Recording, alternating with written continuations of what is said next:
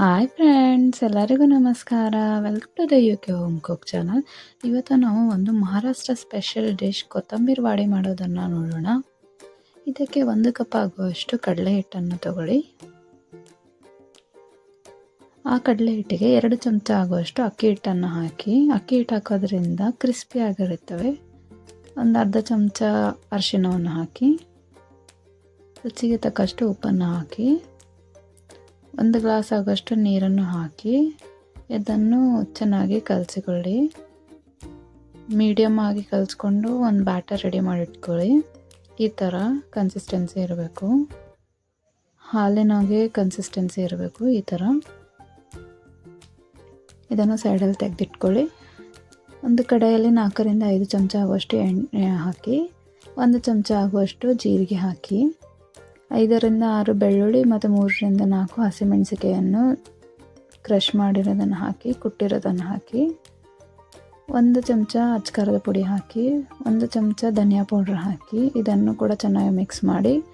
ನೀವು ಜಾಸ್ತಿ ಹಸಿಮೆಣಸಿಕಾಯಿ ಹಾಕಿದರೆ ಅಚ್ಕಾರದ ಪುಡಿ ಸ್ವಲ್ಪ ಹಾಕ್ಬೋದು, 2 ಬ್ಯಾಲೆನ್ಸ್ ಮಾಡಿ. 1 ಚಮಚ ಆಗುವಷ್ಟು ಎಳ್ಳು ಹಾಕಿ, ಬಿಳಿ ಎಳ್ಳು, ಅರ್ಧ ಬಟ್ಲ ಆಗುವಷ್ಟು ಕಡಲೆ ಬೀಜ ಪೌಡ್ರ್ ಹಾಕಿ. ಇಲ್ಲಿ ನಾನು 2 ಕಪ್ ಆಗುವಷ್ಟು ಕೊತ್ತಂಬರಿಯನ್ನು ಚೆನ್ನಾಗಿ ತೊಳೆದು ಒಣಗಿಸಿ ಈ ಥರ ಕಟ್ ಮಾಡಿ ಇಟ್ಕೊಂಡಿದ್ದೀನಿ. ಅದನ್ನು ಕೂಡ ಕಡೆಯಲ್ಲಿ ಹಾಕಿ ಚೆನ್ನಾಗಿ ಮಿಕ್ಸ್ ಮಾಡಿ ಇದನ್ನು ಚೆನ್ನಾಗಿ ಹುರ್ಕೋಬೇಕು. 2 ರಿಂದ 3 ನಿಮಿಷ ನೀರಿರದಂತೆ ಈ ಥರ.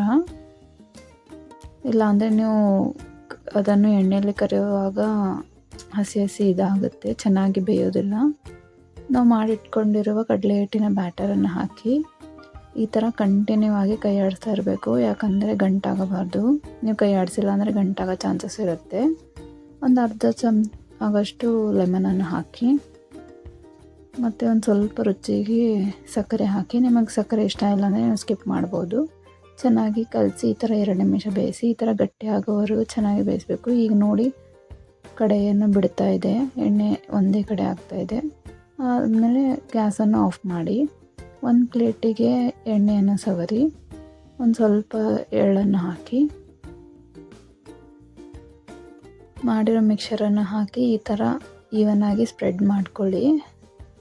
ಈ ಥರ ಇದನ್ನು 30 ನಿಮಿಷ ತಣ್ಣಗೆ ಹಾಕಿ ಬಿಡಿ. ಅದು 30 ನಿಮಿಷ ಆದಮೇಲೆ ಇವನ್ನು ಚೆನ್ನಾಗಿ ಕಟ್ ಮಾಡ್ಕೊಳ್ಳಿ. ನಿಮಗೆ ಯಾವ ಶೇಪ್ ಬೇಕು ಆ ಶೇಪ್ ಕಟ್ ಮಾಡ್ಕೋಬೋದು ಈಸಿಯಾಗಿ.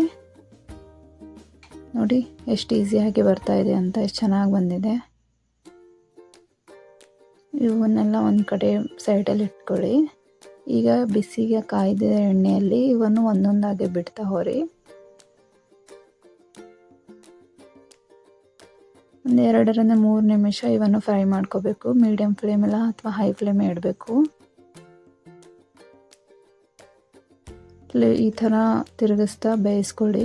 ಕ್ರಿಸ್ಪಿ ಗೋಲ್ಡನ್ ಕಲರ್ ಬ್ರೌನ್ ಆಗೋವರೆಗೂ ಚೆನ್ನಾಗಿ ಫ್ರೈ ಮಾಡ್ಕೋಬೇಕು. ಈ ಥರ ನೋಡಿ, ನೀವು ನಿಮ್ಮ ಮನೆಯಲ್ಲಿ ಈ ಥರ ಒಂದು ರೆಸಿಪಿಯನ್ನು ಟ್ರೈ ಮಾಡಿ ನೋಡಿ.